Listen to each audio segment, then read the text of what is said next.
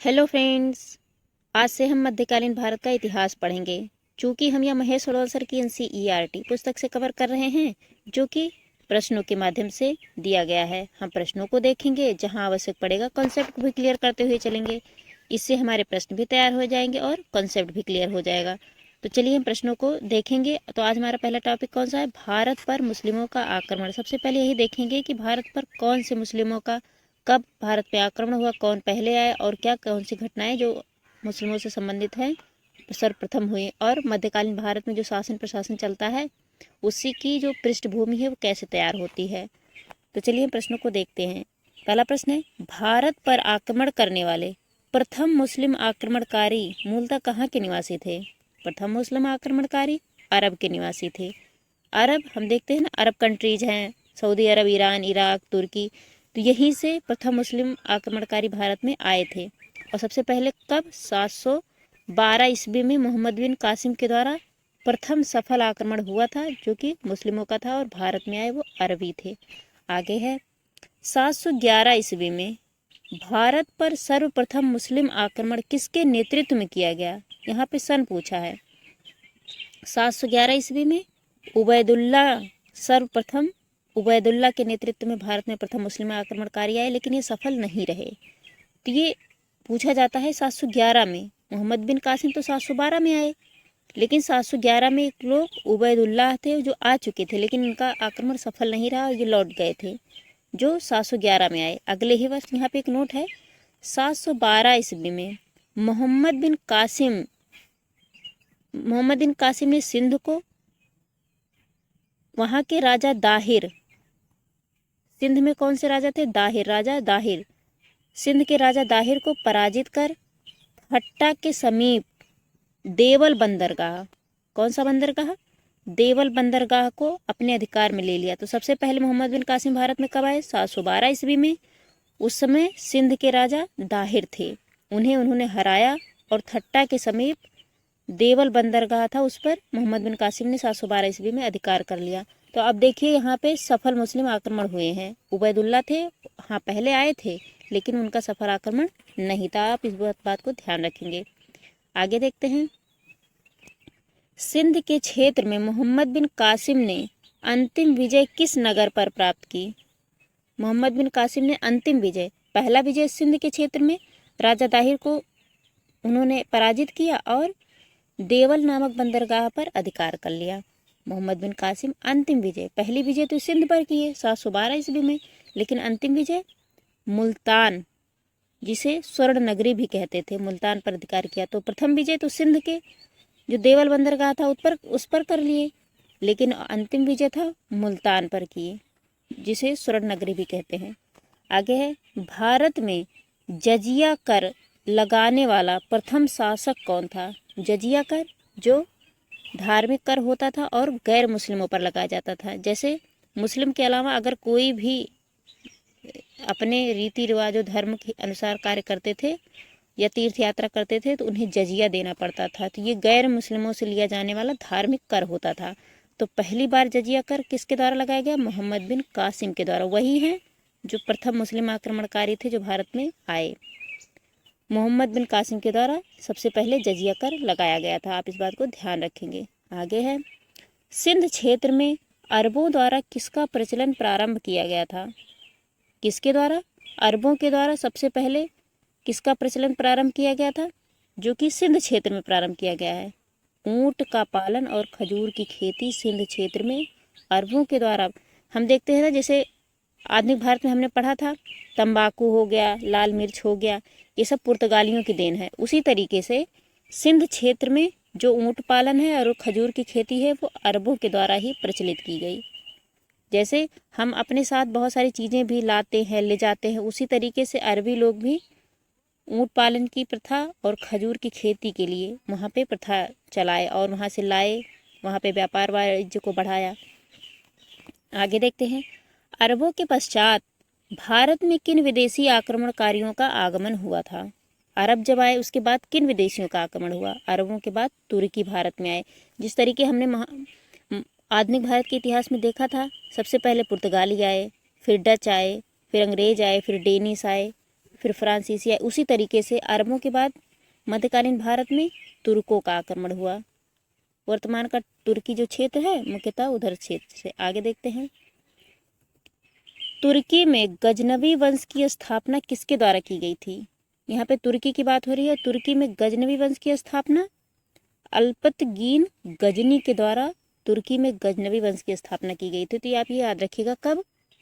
932 ईस्वी में। 932 ईस्वी में तुर्की में गजनी वंश की स्थापना हो जाती है अल्पतगीन के द्वारा। और इसकी राजधानी उन्होंने कहाँ बनाया था? गजनी। गजनी को इन्होंने राजधानी बनाया था। तो ये आप ये याद रखिएगा, गजनी वंश की राजधानी गजनी थी। गजनी वंश के संस्थापक अल्पतगीन थे।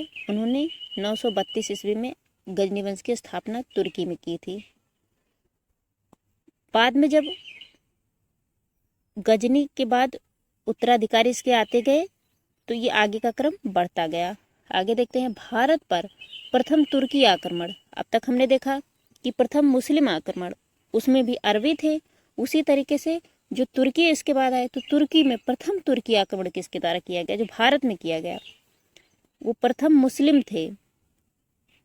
प्रथम मुस्लिम, वो भी अरबी आए थे। अरबी में भी मोहम्मद बिन कासिम आए थे। उसी तरीके से दूसरे तुर्की आए।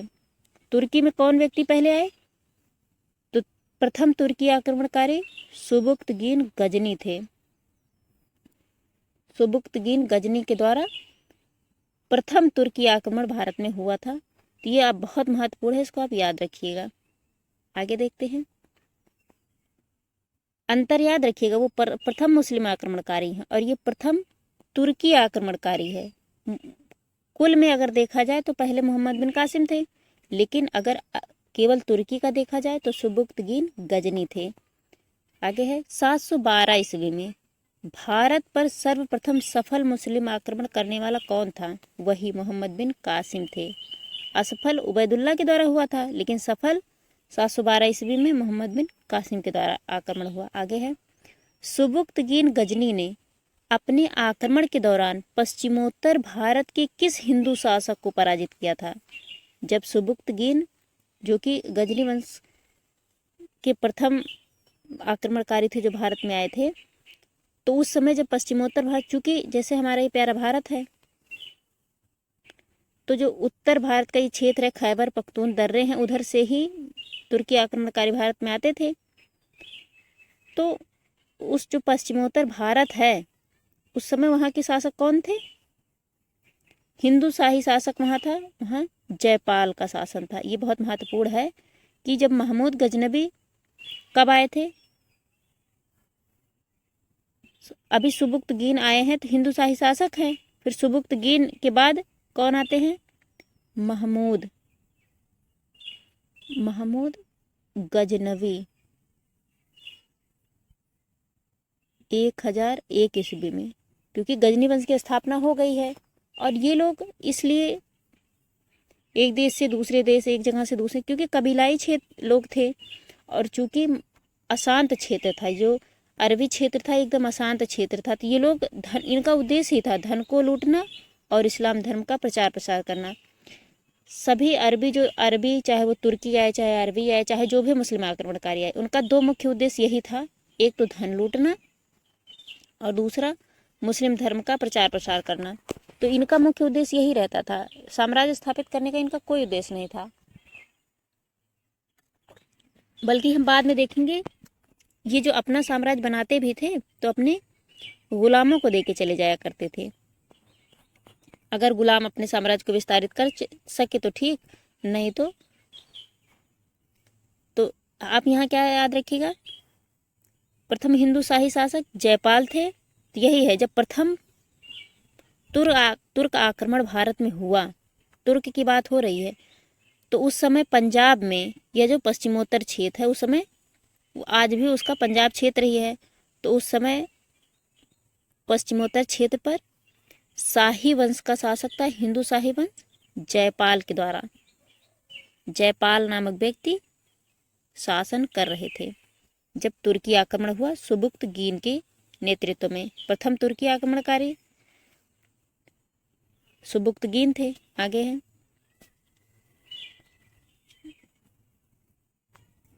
यहाँ पे है महमूद गजनवी द्वारा वर्ष 1025 ईस्वी में सोमनाथ मंदिर पर किए गए आक्रमण के दौरान गुजरात का शासक कौन था। जब महमूद गजनवी 1025 ईस्वी में सोमनाथ मंदिर पर आक्रमण करते हैं, सोमनाथ कहाँ मंदिर है, गुजरात में, तो उस समय गुजरात के शासक कौन थे।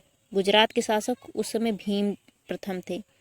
तो क्या क्वेश्चन बनता है सबसे महत्वपूर्ण यही कि महमूद गजनवी 1025 ईस्वी में सोमनाथ मंदिर को लूटे हैं, और जब वो सोमनाथ मंदिर में के लिए लूटने के लिए गुजरात आए तो उस समय भीम प्रथम का शासन था।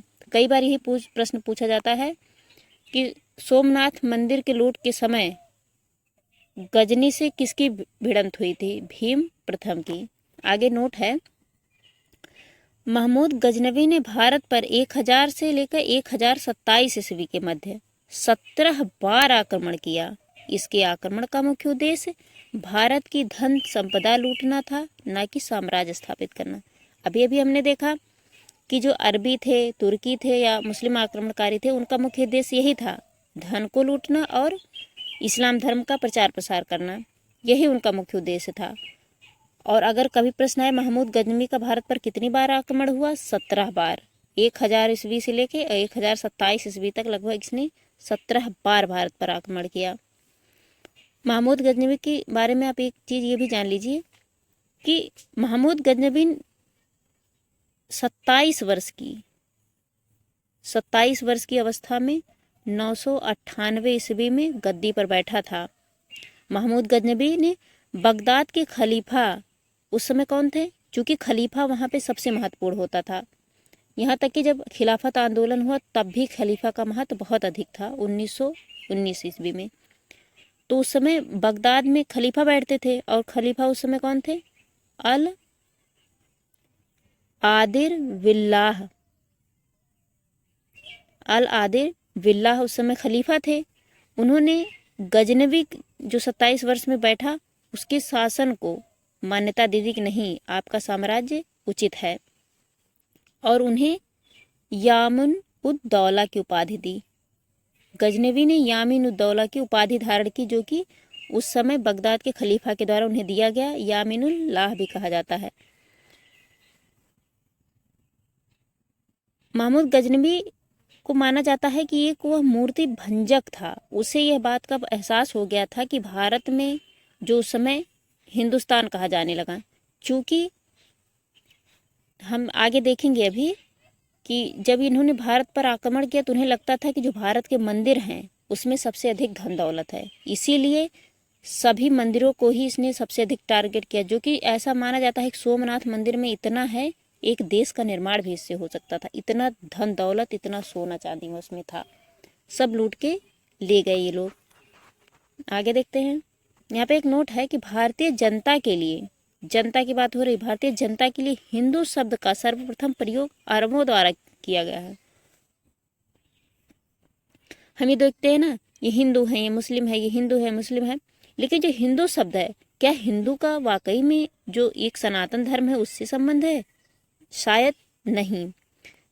हिंदू का अर्थ, चूंकि जो अरबी लोग थे, एक होता है ना कि हमारी जो जबान होती है वो ट्रांसलेट हमारे क्लाइमेट की वजह से होता है, तो अरबी लोग सा को, जो सिंधु नदी है जो हमारे उत्तर भारत से बहती है, इसे उत्तर भारत है, तो जो सिंधु नदी ऐसे पंजाब क्षेत्र में बहती थी, तो इस पार ये रहते थे, अरब यही तो है ना कंट्री, तो जो खैबर पख्तून ये सब दर्रे हैं इसके इधर सिंधु नदी बहती थी, तो ये लोग सिंधु को सा ना कह के ह कहते थे, तो सिंधु नदी ना कह के इसको हिंदू नदी कह दिए, और इसके जो इधर क्षेत्र के निवासी थे इनको हिंदू जनता, यहाँ के लोगों को हिंदू कह दिए, इस नदी को हिंदू नदी कह दिए, इसलिए इस नदी का नाम हिंदू नदी भी पड़ गया, और यहाँ के लोग जो इस नदी से दक्षिण में रहते थे यहाँ के लोगों को हिंदू कह दिया। तो हिंदू शब्द की उत्पत्ति भी अरबों के द्वारा ही हुई है, जो कि ये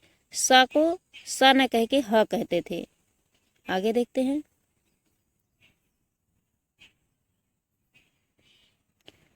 महमूद गजनवी के साथ भारत आने वाला प्रसिद्ध इतिहासकार कौन था? महमूद गजनवी के साथ अलबरूनी भारत आए थे।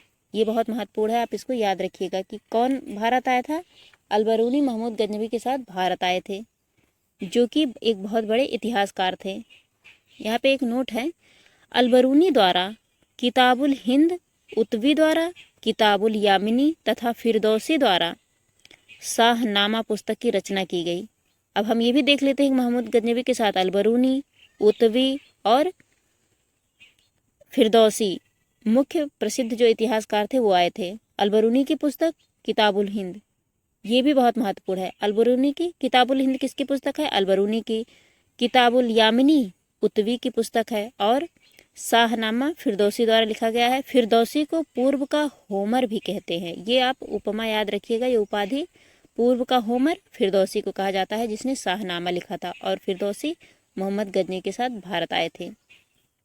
आगे है, महमूद गजनवी के पश्चात मोहम्मद गोरी द्वारा भारत पर आक्रमण किस वर्ष किया गया? अब महमूद गजनवी के बाद मोहम्मद गोरी भारत पर आक्रमण करते हैं। उनके मोहम्मद गोरी के द्वारा भारत में 1175 ईस्वी में मुल्तान पर सबसे पहले आक्रमण किया गया। तो यही प्रश्न है कि गोरी ने भारत पर सबसे पहले मोहम्मद गोरी ने भारत पर कब आक्रमण किया? 1175 ईस्वी में, वो भी मुल्तान क्षेत्र पर।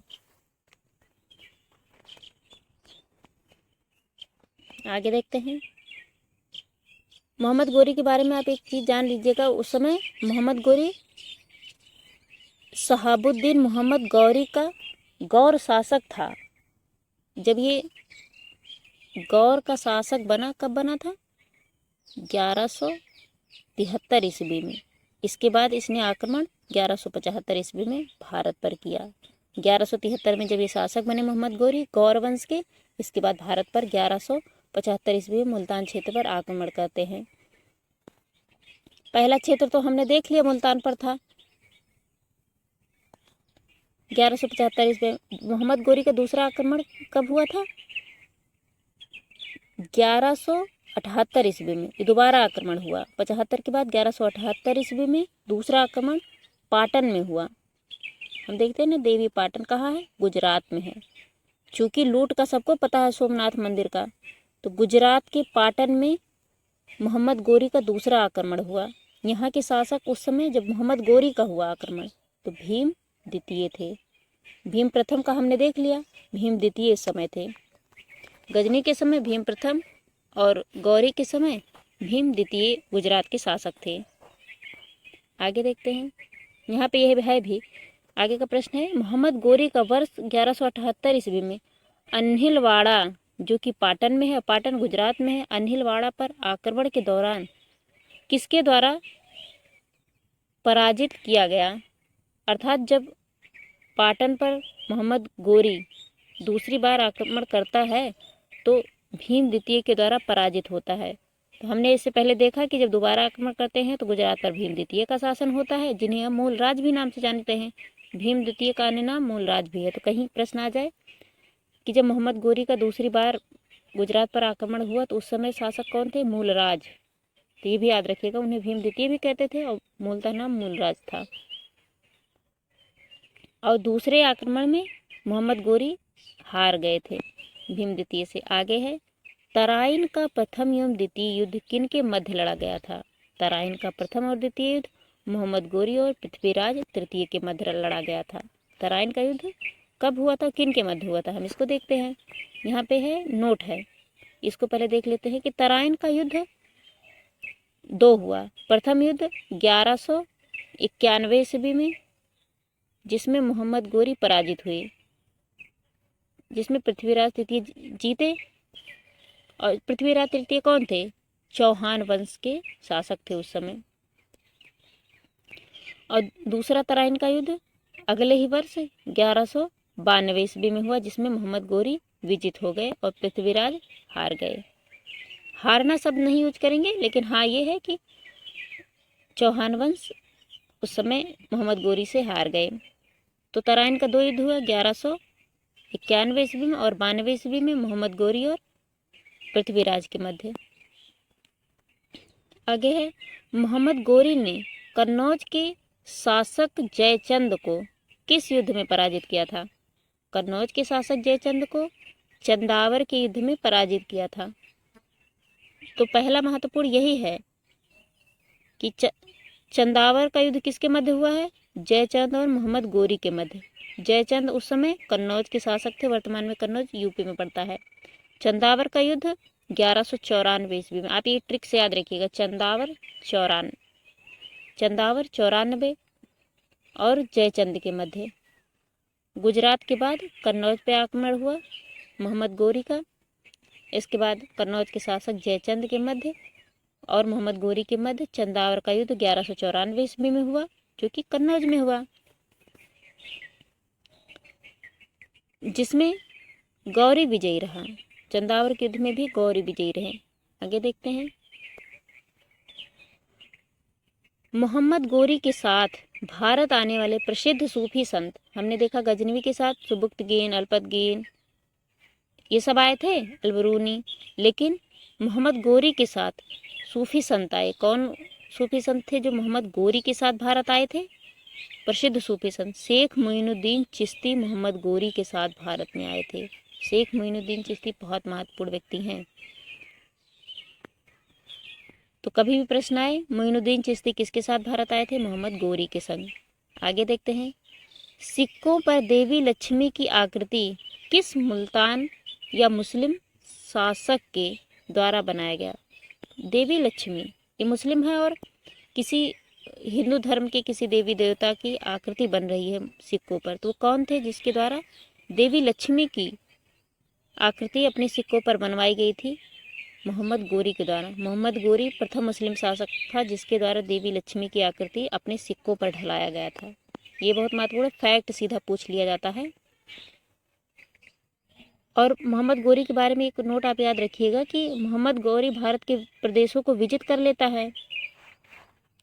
इसके बाद गोरी अपने जितने भी चंदावर के युद्ध में और हम देखते हैं तराइन के क्षेत्रों में जब ये युद्ध जीत लेता है, इसके बाद इनका तो मुख्य उद्देश्य सिर्फ धन लूटना था और इस्लाम धर्म का प्रचार प्रसार करना, साम्राज्य स्थापित करना तो था नहीं, क्योंकि इनका खुद का एक बड़ा साम्राज्य हुआ करता था।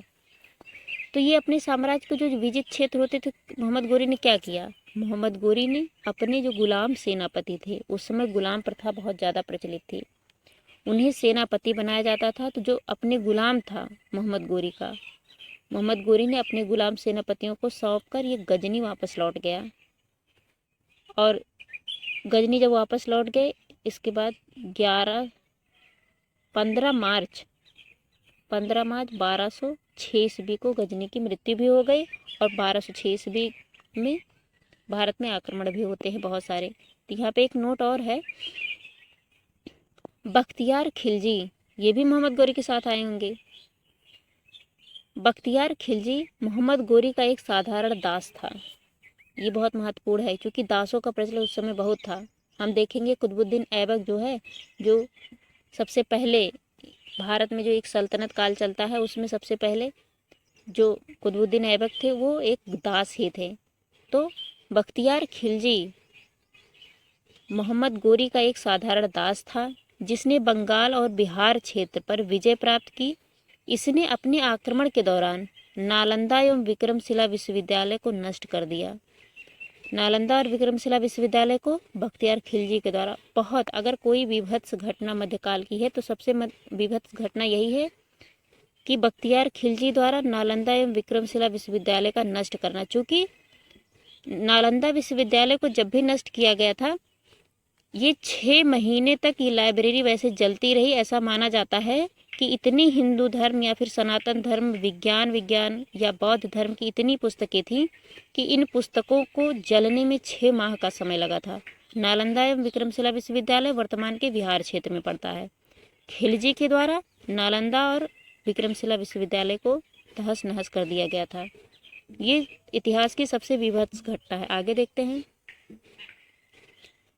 मोहम्मद गोरी की मृत्यु के पश्चात उसके साम्राज्य पर किन 3 गुलामों द्वारा नियंत्रण स्थापित किया गया? चूँकि इन लोगों का मुख्य उद्देश्य यही होता था कि धन लूटो और इसके बाद मुस्लिम धर्म का प्रचार प्रसार करो और अपने साम्राज्य की ओर लौट जाओ।